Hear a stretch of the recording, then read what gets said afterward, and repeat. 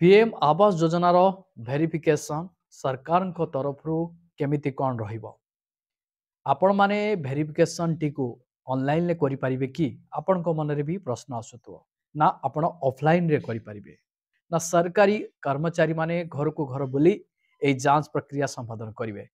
तो भेरिफिकेशन प्रक्रिया को नहीं सरकार तरफ कौन रही सूचना ता सहित भेरिफिकेशन रो शेष तारीख केबे कौन रहिबो भेरिफिकेशन समाप्त परे आपण मानकर लिस्ट मध्य सरकार तरफ जारी करा जिवो। पीएम आवास योजना ग्रामीण एवं शहरी पाई कौन रही सरकार तरफ बड़ घोषणा यही वीडियो माध्यम आपण मानकु मु स्टेप बाय स्टेप जनइबी से आपण माने वीडियोटी को बिना स्किप रे शेष पर्यंत देखंतु जहा फल आपण जानि परिबे बुझी परिबे। वीडियोटी को आरंभ करने पूर्वर आपण समस्त को कही रखी चैनल जदि नुआ करी आपण वीडियो देखुता ताहले वीडियो को लाइक करी चैनल को सब्सक्राइब करी पाखर थिबा घंटी चिन्ह को दबाई दियंतु। पीएम आवास योजना जांच 2025 देखंतु मु आपण मानकु कहबी जे प्रधानमंत्री आवास योजना अधीन रे लाभ पाइबा पाए आवेदन प्रक्रिया खोला जाइछि। देशव्यापी लक्ष लक्ष ग्रामीण परिवार एही योजनार लाभ पाइबा पाए आवेदन कर सारी एहीपरि समस्त आवेदनकारी सरकार द्वारा निया जाइथिबा यह एक गुरुत्वपूर्ण पदक्षेप एवं एही वीडियो माध्यम हिताधिकारी मानकु किपरि चयन करा जिवो ताहा मु आपण मानकु स्पष्ट करैबी। मु एहार संपूर्ण सूचना ए वीडियो माध्यम आपण मानकु प्रदान करिवि जहा द्वारा आपण एथुरु लाभ पाई परिबे। देखंतु आवेदन परे प्रधानमंत्री आवास योजनार जांच किपरि करा जिवो प्रत्येक हिताधिकारी को मनरे प्रश्न रही। प्रधानमंत्री आवास योजना ग्रामीण अधीन रे योग्य हिताधिकारी माने 3टी किस्ती रे 1,20,000 रु 1,80,000 टंकार आर्थिक सहायता एथर पाई पारंती। तथापि प्रथमे एक सर्वे करा जिवो एही योजना रे आवेदन कले लाभ मिलिबो नाही। प्रथमे एक कठोर सर्वे करा जिवो आवेदनकारी योग्य हेले ही सेमानकु एही सुविधा प्रदान करा जिवो। एही जांच प्रक्रिया सरकार द्वारा स्थिर करा जाइथिबा मानदंड उपरे आधारित जहा द्वारा हिताधिकारी माने प्रकृत रे ए घर मालिक बोली निश्चिंत करा जाई पारिबो। देखंतु प्रधानमंत्री आवास योजना रे 3टी स्तर रे जांच करा जिवो। देखंतु प्रधानमंत्री आवास योजना रे बहुत लोक आवेदन कर देइछन्ती ताहले समस्त को आवेदन घर मिलिबो बोली तार किछि माने नाही। जो माने आवेदन करिसन्ती सेमानकु घर मिलिबो नाही काहे कि मिलिबोनी ए 3टी स्तर रे सरकार तरफ जांच करा जिवो। ए 3टी स्तर रे सरकार सबु किछि जांच करिवे।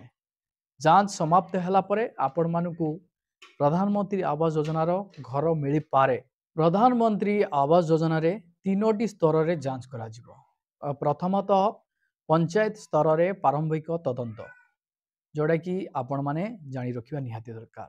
पंचायत सचिव एवं वार्ड सदस्य माने हिताधिकारी प्रारंभिक जांच करिवे।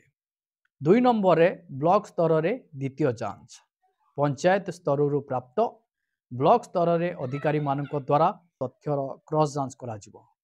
3 नंबर स्तरटी जिला स्तर रे चूड़ांत समीक्षा ब्लॉक स्तर रे जा करा जिवो। जिला प्रशासन अनुमोदित आवेदन गुड़िक चूड़ांत समीक्षा करिवो एवं तापर ही चूड़ांत तालिका प्रस्तुत करा जिवो।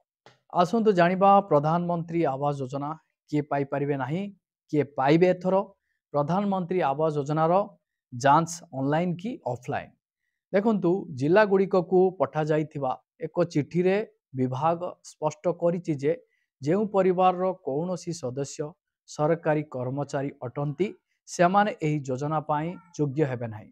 सेहीपरि मासिक 15,000 टंकारु अधिक रोजगार करुथिबा व्यक्ति विशेष एही योजनार लाभ पाइबे नाही। आयकर किंबा व्यवसाय कर देउथिबा परिवार गुड़िक को योग्य विवेचना करा जिवो नाही। जेउ परिवार को घरे मोटर किंबा 4 चकिया जान अछि सेमानकु एही सुविधा दिया जिवो नाही। 2.5 एकर किंबा ताठारु अधिक जलसेचित जमी थिबा परिवार गुड़िक को एही सुविधा मिलिबो नाही। एवं जो परिवार ऋण सीमा अधिक जदि सेमानकर किसान क्रेडिट कार्ड अछि तेबे सेमाने एही योजनार लाभ पाइबे नाही। आसंतु जानिबा जांच परे प्रधानमंत्री ग्रामीण आवास योजनार चूड़ांत तालिका किपरि प्रस्तुत कराजिबो सरकारक तरफरु।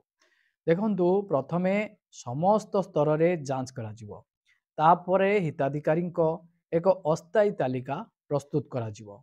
ଏହା ପରେ ଗ୍ରାମ ସଭାରେ ଏକ ସାଧାରଣ ସଭା ଡାକି ଏହି ତାଲିକାକୁ ଅନୁମୋଦନ କରାଯିବ। ଅନୁମୋଦନ ପରେ ଚୂଡ଼ାନ୍ତ ହିତାଧିକାରୀ ତାଲିକା ୱେବସାଇଟ୍ରେ ଅପଲୋଡ଼ କରାଯିବ। ଆପଣଙ୍କ ନାମ ଦେଖାଯିବ ପରେ ହିଁ ଆପଣଙ୍କୁ ଯୋଜନାର ଲାଭ ଦିଆଯିବ। ତ ଆପଣମାନେ ଜାଣିବାକୁ ପାଉଥିବେ ଯେ ପ୍ରଧାନମନ୍ତ୍ରୀ ଆବାସ ଯୋଜନାର ଯାଞ୍ଚ ପ୍ରକ୍ରିୟା ଏଥର ସରକାରଙ୍କ ତରଫରୁ କେମିତି କ'ଣ ରହିଛି। ଆପଣମାନେ ଭାବୁଥିବେ ଯେ ଆମେ ଆବେଦନ କରିଦେଇଛୁ କି ସରପଞ୍ଚ କି କୌଣସି ଲୋକମାନଙ୍କୁ ଧରାଧରି କରିକି ଆମେ ଆବାସ ଘରଟି ପାଇଯିବା ଯେଉଁମାନେ ଅଯୋଗ୍ୟ ହିତାଧିକାରୀ ଅଛନ୍ତି। ତ ସେମାନଙ୍କ ପାଇଁ ଏଥର ବହୁତ କଷ୍ଟଦାୟକ ହେବ। ଯେଉଁମାନେ ଅଯୋଗ୍ୟ ଅଛନ୍ତି ସେମାନଙ୍କୁ ଏଥର ଆବାସ ଘର ପାଇବା ବହୁତ କଷ୍ଟକର ହୋଇଯିବ। କାହିଁକି ନା ସରକାର ଏହି 3ଟି ସ୍ତର ମାଧ୍ୟମରେ ଯାଞ୍ଚ ପ୍ରକ୍ରିୟା ଆରମ୍ଭ କରିଦେଇଛନ୍ତି। ଖାଲି ଏହି 3ଟି ସ୍ତରରେ ଯାଞ୍ଚ କରାଯିବନି, ତା ସହିତ ଆପଣମାନଙ୍କର ପଲ୍ଲୀ ସଭା ମଧ୍ୟ ଡାକିବେ ସରକାର। ସେହି ପଲ୍ଲୀ ସଭାରେ ସମସ୍ତଙ୍କର ନାମ ମଧ୍ୟ ଘୋଷଣା କରାଯିବ। ସେହି ନାମ ଗୁଡ଼ିକ ତନ୍ନ ଘନ କରି ଲୋକମାନେ ମଧ୍ୟ ଦେଖିବେ, ଜାଣିବେ। ସେହି ନାମ ମଧ୍ୟରୁ ଯେକୌଣସି ଲୋକ ଅଭିଯୋଗ କରନ୍ତି ମଧ୍ୟ ତାର ସମୀକ୍ଷା ମଧ୍ୟ କରିବେ ସରକାର। ତ ଏହା ବହୁତ କ୍ରିଟିକାଲ ରହିଛି ଏଥର।